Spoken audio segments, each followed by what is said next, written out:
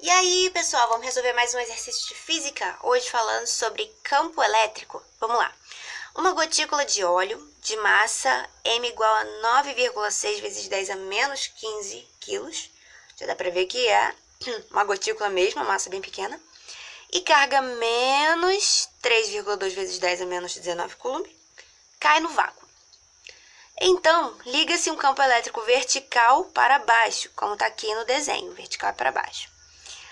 Qual o valor do campo elétrico para que a gotícula caia com velocidade constante? Bom, se a gente tem campo elétrico e a gotícula tem uma carga, ela não é neutra, então existe uma força elétrica agindo sobre ela. Mas em que direção? Primeiro, vamos pensar se o campo elétrico está criado. Se existe um campo elétrico, é porque existem cargas dos dois lados. E a gente sabe que o campo elétrico, ele sai da carga positiva e entra na carga negativa. Então, a gente imagina que aqui em cima tenham cargas positivas e aqui embaixo tenham cargas negativas. E essa gotícula de óleo, ela tem uma carga negativa. Óleo menos aqui, ó. Se ela tem uma carga negativa, ela repele as cargas positivas e se atrai das cargas, ela se repele das cargas negativas e atrai para as cargas positivas. Então, aparece uma força aqui, ó, para cima, atraindo ela para essa parte positiva. É a única força que existe sobre ela? Não, né? Porque se ela está caindo é por causa da gravidade. Então, também existe sobre ela a força peso, uma velha conhecida nossa. Aí, qual é o caso? Eu quero saber qual o valor do campo elétrico para fazer com que essa gotícula caia com velocidade constante. Ou seja, que intensidade tem que ter essa força elétrica aqui para que ela caia com velocidade constante? Antes de resolver isso, a gente precisa voltar lá para a segunda lei de Newton, F igual a ma. O que significa força? O que significa velocidade constante? Velocidade constante significa que não existe aceleração, ou seja, a aceleração é igual a zero. Se a aceleração é igual a zero, vamos lembrar da segunda lei de Newton? A força resultante é igual a massa vezes aceleração. Mas se a aceleração é igual a zero, então a força resultante tem que ser igual a zero. Então, é nisso daqui que a gente tem que focar. Então, vamos lá. Quais são as forças que agem sobre essa gotícula? A gente não tem forças em outra direção, senão na direção vertical. Então, a gente vai calcular a força resultante em Y, que é só onde existe força. A gente tem o peso para baixo e a força elétrica para cima. Então, se ela está no sentido contrário, vai aparecer um menos aqui. Menos F.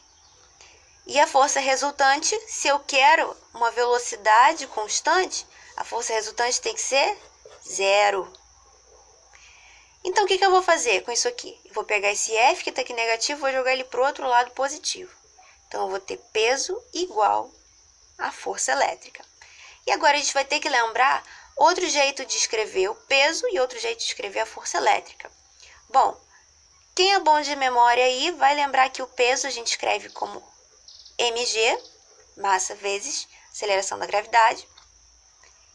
E a força elétrica também pode ser escrita como o campo elétrico vezes a carga.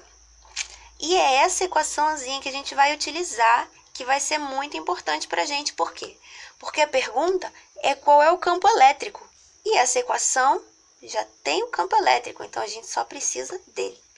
Então, vamos substituir essas duas equações no que a gente tinha antes. Vamos lá. Onde tem peso, a gente vai colocar mg. E onde a gente tinha força elétrica, a gente vai colocar campo elétrico vezes a carga. E agora é só colocar os valores.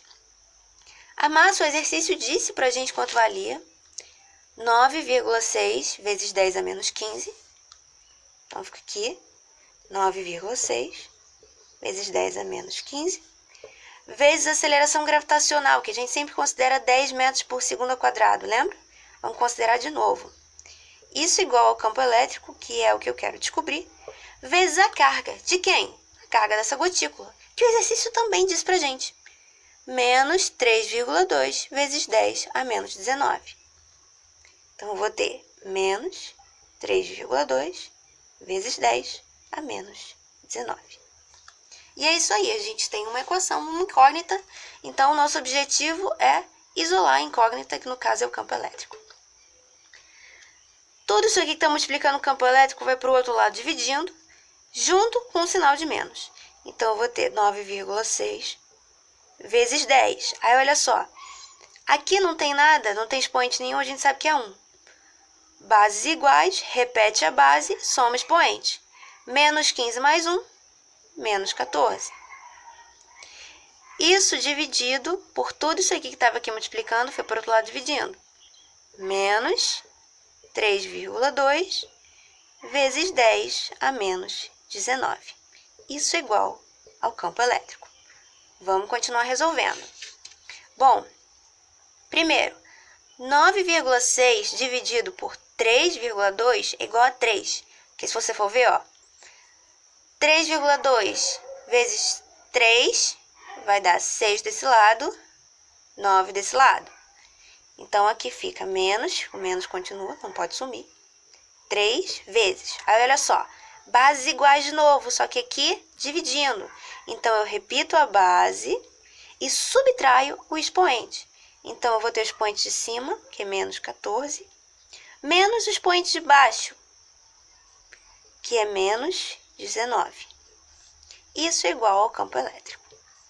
Então, aqui eu vou ter menos 3 vezes 10A. Olha só, se aqui eu tenho menos com menos, isso aqui é mais. Quanto é menos 14 mais 19? Mais 5. Isso é igual ao campo elétrico. Bom, se eu quiser calcular o módulo do campo elétrico, é simplesmente tirar esse sinal de menos, ele fica positivo.